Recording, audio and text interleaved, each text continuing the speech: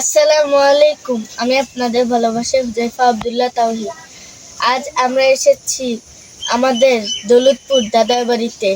আমি এখন আমার একজন দাদার সাথে এসেছি কলা বাগানে কলা পাড়তে।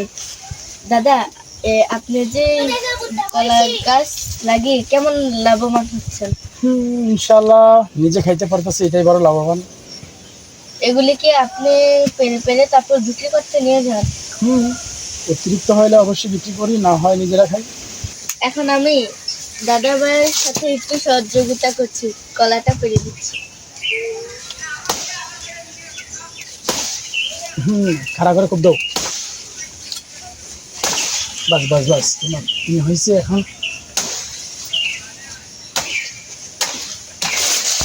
এই যে এগুলি হয়েছে সবজির কলা। দেখুন, আরেকটা নাম বলা যায়, এটা হলো কাঁচকলা। বলো। এগুলিকে আবার কাঁচকলাও বলা হয়।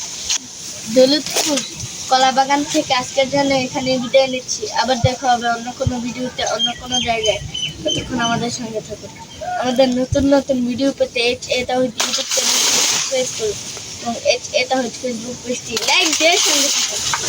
দাদা ভাই, আপনাকে অসংখ্য ধন্যবাদ। তোমাকে অসংখ্য ধন্যবাদ, ছোটখাটো ভিডিও বানাইতেছ।